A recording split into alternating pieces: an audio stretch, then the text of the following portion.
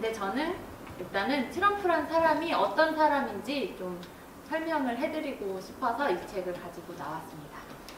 일단은 트럼프가 맨 처음에 자기의 하루에 대해서, 일주일에 대해서 기술하는 그 챕터가 나와요. 제1장 거래는 예술이다. 나의 일주일 해서 일주일에 어떻게 자기가 보내고 있는지 일기 형식으로 써 있는데요. 제가 하나 읽어드릴게요. 트럼프의 하루가 나의 생활은 하루하루가 다 다르며 일정한 공식이란 게 없다.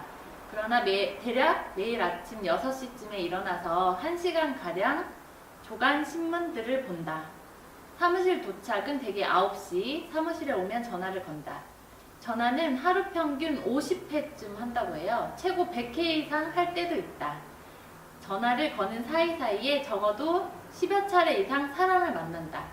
대부분의 만남은 그때그때 필요에 따라서 이루어지며 미리 약속돼 있거나 짜여 있지 않다. 한 번의 만남에 소요되는 시간은 15분을 넘기지 않는다. 점심 식사를 위해서 따로 시간을 내어 쉬지도 않는다. 퇴근 시간은 오후 6시 반. 그러나 대부분 집에 와서도 계속 전화를 걸며 자정까지는 일을 한다. 그리고 주말에는 푹 쉰다. 라고 되어 있어요. 이런 매일매일의 생활이 쉼없이 그냥 계속된다고 합니다.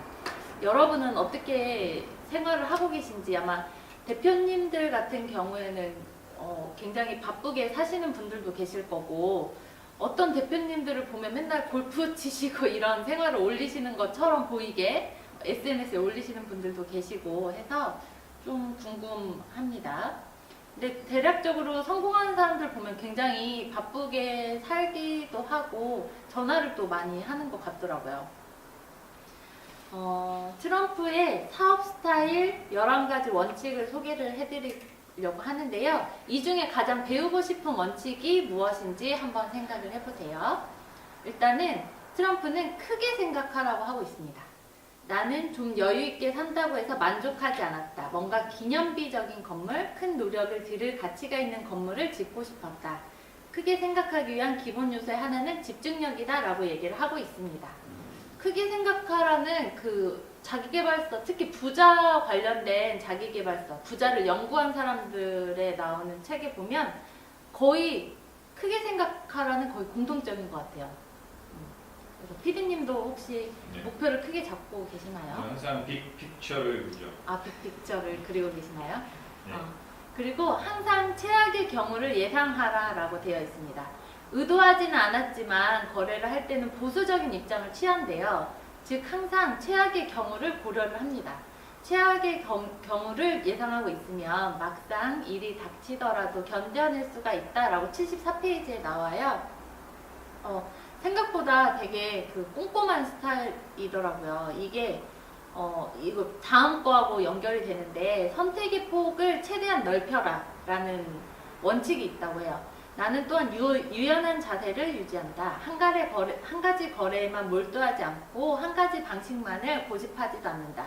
일단 거래가 성사되더라도 나는 최소한 5-6가지 방법을 동원해서 일을 추진시킨다. 왜냐하면 아무리 계획을 잘 세우더라도 무엇인가 복병이 될 만한 문제가 생길 가능성은 언제나 있기 때문이다 라고 되어 있는데요. 항상 일이 잘못될 경우, 아무리 계획을 내가 해도 내가 생각지도 못한 거에서 일이 잘못되지 않습니까? 피디님은 안 그러세요? 네, 그럴 수 있죠. 네네. 그래서 유연성을 키워라 라는 거는 저는 되게 굉장히 공감됐어요. 특히 그리고 이 유연성은 저는 진짜 비싼 돈을 주고 배웠거든요. 이 유연성을 어떻게 기르는지, 어떻게 기르냐 이런 거를 돈을 주고 되게 배웠는데, 이 사람은 항상 이런 거를 추진을 할 때, 목표를 추진할 때 5-6가지를 항상 준비를 한다고 해요. 일이 잘못되더라도 다른 방법으로 내가 이거 A를 하고자 하더라도 만약에 잘 안 됐어. 그러면 B로 언제든지 바꿀 수 있는 그런 유연성을 가지고 있다고 합니다. 여러분들은 아마 이거 아니면 안 돼 이런 게 있어서 되게 불안감이 심해지잖아요. 저도 그런 편이거든요. 뭔가 하나 원하면 그거 아니면 다른 거는 눈에 들어오지가 않는 거예요.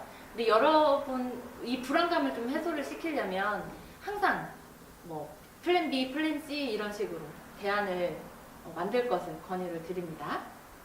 그리고 발로 뛰면서 시장을 조사하라고 되어 있는데요.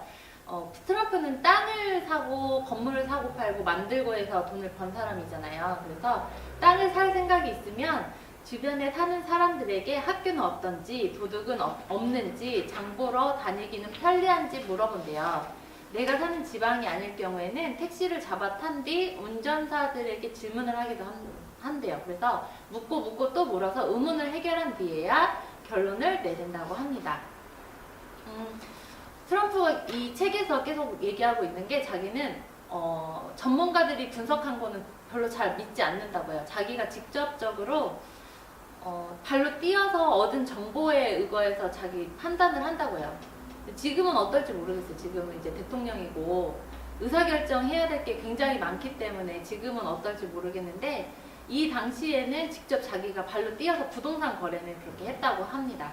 여러분들도 누군가가 투자 권유나 뭔가를 제의를 받았을 때 그냥 서류상으로만 보지 마시고 한번 직접 가본달지 아니면 뭐 직접 검색이라도 해본달지 등등 직접 정보를 알아보는 거는 되게 중요한 일인 것 같아요. 그리고 지렛대를 사용하라라는 원칙이 있는데요.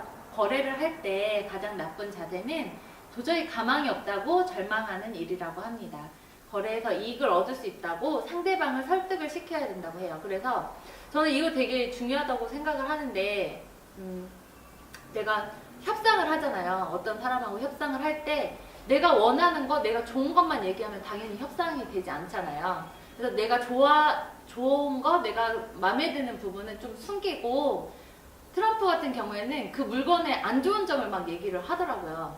안 좋은 점을 얘기를 하면서 거래를 하면 당신이 얻을 수 있는 이익에 대해서 되게 크게 말을 하는 스타일이에요. 그래서 그런 부분이 저는 좀 성격이 잘 안 맞아서 저는 솔직하게 얘기를 하고 판단은 당신이 해라 이런 스타일이어서 이거는 좀 제가 잘 못하거든요. 근데 이런 거 잘 하시는 분들은 협상을 좀 잘 하시는 것 같더라고요. 그리고 입지보다 전략에 주력하라 라는 건데요. 부동산 거래에서 특히 가장 잘못된 인식은 입지에 따라서 성공이 좌우된다는 생각이다. 위치는 치장하기에 따라서 달리 평가될 수 있다. 평범한 위치라도 치장을 잘하면 많은 사람들의 관심을 끌 수 있다라고 되어 있는데 이 부분 혹시 공감하시나요, PD님은? 그게 시대에 따라서 좀 다를 수 있는데 네. 뭐 상황에 따라서 종목에 따라서 다를 수가 있는데 입지가 요즘에는 더 커졌어요. 그게 현실인 것 같아요. 옛날에는 경쟁력 있는 아이템들이 드물었기 때문에 충분히 아이템만 좋으면은 뭐 마케팅을 잘해서 충분히 할 수 있었는데 요즘에는 웬만큼 아이템들이 다 괜찮잖아요. 다 괜찮기 때문에 거기서 이기려면 입지를 무시할 수가 없죠. 입지를 무시할 수 없습니다. 네. 맞아요. 요즘에는 이게 또 책이 오래전에 쓰였기 때문에 또 이런 부분도 있을 것 같은데요. 이런 것도 있을 것 같아요. 그러니까 우리 전주로 치면 전북대 앞에 이동 그런 상권이 형성되어 있는 데보다 모 갤러리 뭐라고 해야 되죠? 그 소양에 있는 모 카페 그런 데가 훨씬 더 잘 되고 사람들이 찾아가잖아요, 일부러. 약간 그런 걸 얘기하는 것 같아요. 트럼프 같은 경우에는 입지도 입지지만 얼마나 좋게 꾸미고 얼마나 사람들이 원하는 게 꾸몄느냐, 사람들이 원하는 걸 가졌느냐에 따라서 가치가 달라진다라는 의미인 것 같아요. 지금도 그거는 좀 유용한 것 같아요. 그다음에 언론을 이용하라라는 챕터가 있는데 원칙이 있는데 이 세상에서 제일 좋은 물건을 가지고 있다고 하더라도 다른 사람이 모른다면 아무런 소용이 없다. 남의 관심을 일으켜서 동료를 일으키게 해야 한다. 이를 성공시키는 마지막 열쇠는 약간의 허세다. 라는 사람들의 환상을 자극시킨다 라고 되어 있어요. 그래서 트럼프도 이런 언론을 이용하는 거가 되게 능수능란한 사람 같아요. 이런 환상 같은 거 자극시키고 트럼프 타워도 뭐 굉장히 막 그 금색으로 다 안을 인테리어를 해서 뭐 그 건물 내부에서 폭포를 떨어뜨리고 뭐 등등등등의 사람들이 원하는 되게 호화스럽다라는 그런 허영심 같은 거를 잘 언론을 통해서 잘 자극을 하는 것 같아요. 지금도 뭐 대통령이어도 언론을 잘 활용하는 건진 저는 잘 모르겠지만 어쨌든 그렇다고 합니다. 그 다음에 신념을 위해서 저항하라라는 건데요. 부당하게 대하는 사람이 있으면 치열하게 대항한다. 당신이 성공하면 직면하는 문제 중에 하나는 희생과 질투다라고 합니다. 상대방을 저지함으로써 성취감을 느끼는 부류의 사람들이 있는데 나는 그들을 인생의 실패자라고 규정하고 있다라고 말을 해요. 그들이 만약 진짜 재능을 가지고 있다면 싸우는 대신 무언가 건설적인 일을 할 것이다 라고 하는데 저는 이거 진짜 100% 공감하거든요. 피디님은 어떠세요? 네, 뭐 썰만하죠. 네. 특히 그 희생과 질투로 남을 못되게 발목 잡는 사람들 있잖아요. 그런 사람들을 정말 최고 멀리 해야 될 것 같다는 생각이 들어요. 이런 사람한테 한번 딘 경험이 좀 있어가지고 좀 굉장히 조심을 하려고 합니다. 그리고 나머지 원칙들이 있는데요. 나머지 3개 남았는데요. 다음 시간에 제가 나머지 원칙은 소개를 해드리려고 합니다. 지금 제가 드리는 질문은 여러분한테 트럼프의 원칙 11가지 스타일 중에서 가장 나한테 와닿는 원칙이 무엇인지 한번 곰곰이 생각해 보시고 내 사업에 어떻게 적용하실 건지 한번 생각하는 시간이 되셨으면 좋겠습니다. 책은 거래의 기술 트럼프 함께하고 있고요. 번역로 TV 좋아요와 구독 눌러주세요. 그러면 우리는 또 다음 시간에 뵙겠습니다. 안녕.